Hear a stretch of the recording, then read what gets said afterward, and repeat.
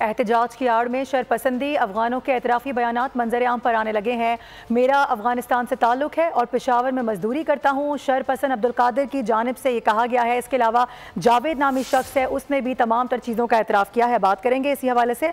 Brigadier retired Haris Nawaz साहब हमें join कर चुके हैं। हारिस साहब, बहुत शुक्रिया वक्त देने के लिए। बोल न्यूज़ को कहिएगा, इससे पहले भी हमने 2-4 वीडियोज़ ऐसी देखी हैं जिसमें अफगानों की जानिब से एतराफ़ी बयानात सामने आए हैं और वो इस बात का एतराफ़ कर रहे हैं कि उनको जो उस दिन PTI का धरना था उसमें खास मकसद के लिए लाया गया था। लेकिन पीटीआई को इंतसारी जो है ना सियासत को खत्म करनी चाहिए। अगर आपको याद हो जब जमान पाक प्रॉब्लम हुई थी तो वहाँ भी अफगानी जाहिर से बुला के उनसे पेट्रोल बम और पुलिस से फायरिंग करते थे, पेट्रोल बम फेंकते थे और वही रवैया इन्होंने फिर इख्तियार किया हुआ CM KPK ने कि वो प्रसाद इनको लेकर 24-25 लोग थे और उनको सब कुछ सिखाया हुआ था। फायरिंग के लिए भी वो तैयार थे, गुलेलें थी, पेट्रोल बम बनाए हुए थे, सबको इस्तेमाल करने के लिए उन्होंने इस्तेमाल भी किए हैं। ये बड़ा खतरनाक ट्रेंड इसलिए भी अफगानी सारे स्टेट में है, ये है इनका काम ही है ये लड़ाई झगड़े करना और इसलिए ये इस वक्त पाकिस्तान अफोर्ड नहीं कर सकता है।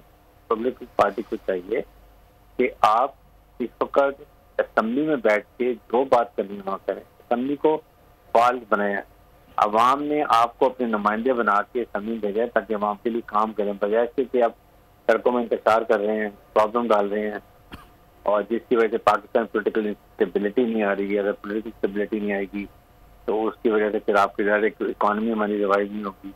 अभी SCO मीटिंग आ रही है 15-16 से, उसके लिए भी चाहिए कि आप साजगार माहौल में ताकि लोग सब वहाँ पर आए, दुनिया के आगे देखें, पाकिस्तान का सॉफ्ट इमेज हो और लोग समझें कि पाकिस्तान में बड़े अच्छे हालात हैं ताकि वो फॉरेन इन्वेस्टर आए, इन्वेस्टमेंट लेकर आए, उसका माल और जान हिफाजत में हो। ये चीजें करने के बजाय से पॉलिटिकल पार्टी अपने जाती इंटरेस्ट के लिए, पार्टी इंटरेस्ट के लिए आप मुल्क को दांव पर नहीं निकाल।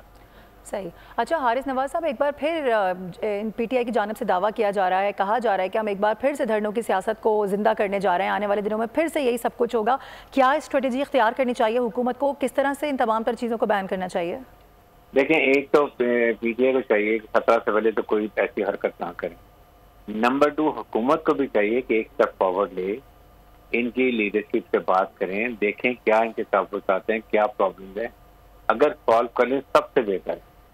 और यही तरीका है सियासत में और जमहूरियत में कि आप बैठें, बात करें, इनको कॉल दें। अगर वो नहीं आते तो PTI की रिस्पॉन्सिबिलिटी है, ball will be in their court. आप ऐसे हुकूमत, प्राइम मिनिस्टर पाकिस्तान जरूर कॉल करें, बल्कि मैं तो कहूँगा ऑल पार्टी कॉन्फ्रेंस करें मुल्क की सिक्योरिटी के बारे में, सिक्योरिटी एनवायरनमेंट के बारे में, और उसमें ये बात का हर एक अपने नुक्ता नजर लेकर आए और वहाँ डिस्कस करेंगे कैसे हालात है। सही।